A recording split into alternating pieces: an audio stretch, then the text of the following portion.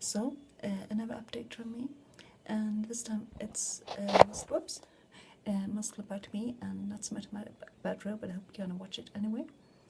And I think I fixed my issue with too little memory at my phone, so hopefully my videos will become more regularly after this, because it's been an issue for quite some time now. I don't want to record things Ro do or say and so on, and simply doesn't have enough room at my memory card, and I've emptied time after time after time, and still it had been too little. But I think after this last update and some bug fixings, I think it's gonna work. I hope so, at least. As I think you can tell, I'm really tired right now. I've been done a lot of crying today and yesterday, especially yesterday.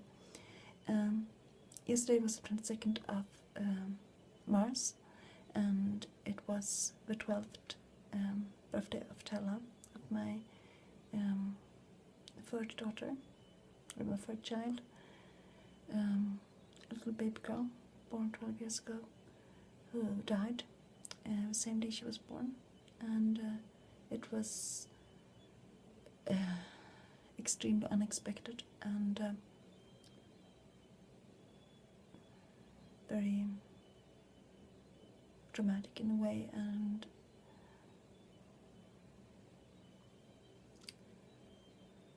yeah,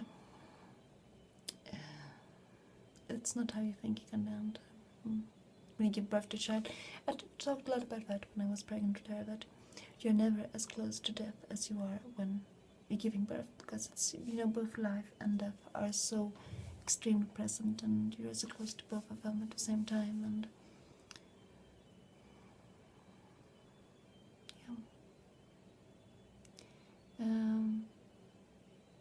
she's born with this emergency section, and she was that because I thought I was going to die. I was very close to dying, and she was okay, and yet I'm here and she's dead, and I don't think I ever can wrap my mind around that completely. It's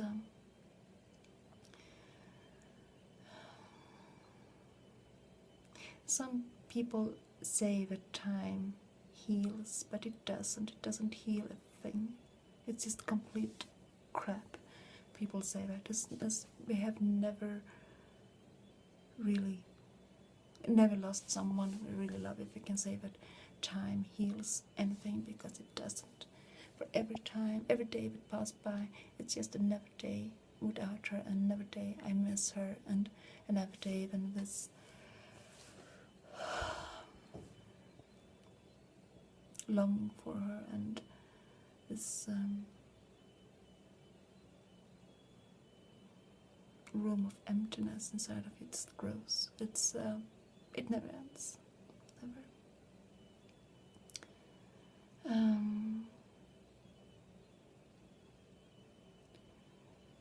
Sorry, it's a bit emotional for me to talk about. This year, some friends remember me. It was a friend who wrote at Facebook just after midnight and wrote about this, and it's something really sweet. And I made a lot of people react and so on, and it felt so.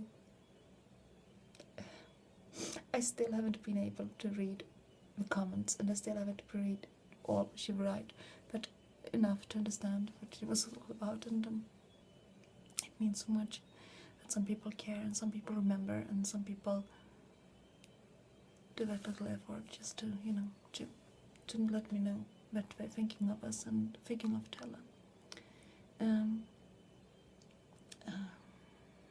Also, some people, this is something extremely sensitive, naturally, and something that hurts a lot is when people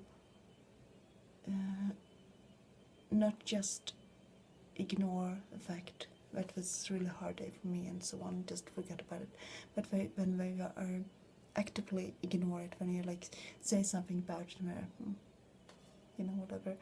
And because it takes so little to show some kind of sympathy or empathy with the person who are in grief. I think anyone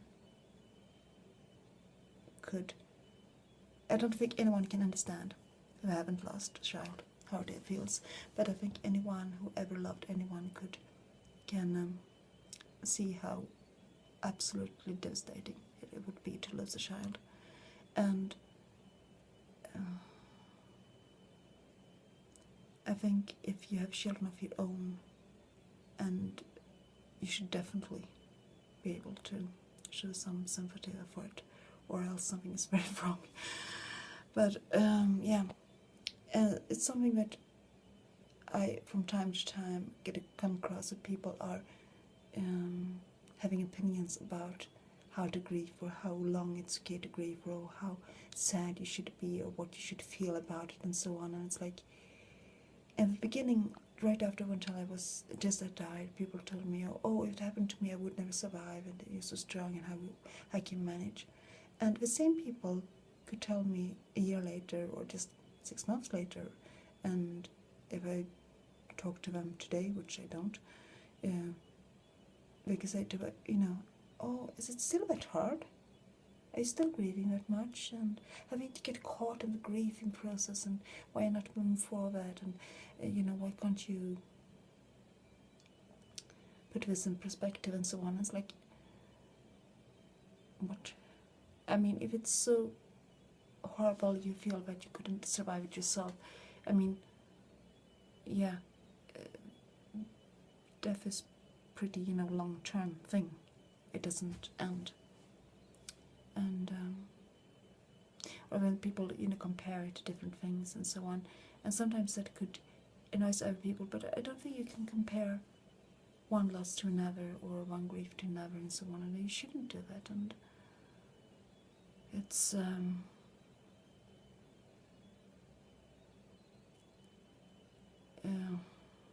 sometimes people say that you can't say anything wrong as long as you say something when the people are grieving, but I disagree a little bit about that. I mean, if you can't say, I'm sorry, I'm sorry for your loss, or whatever, at least that,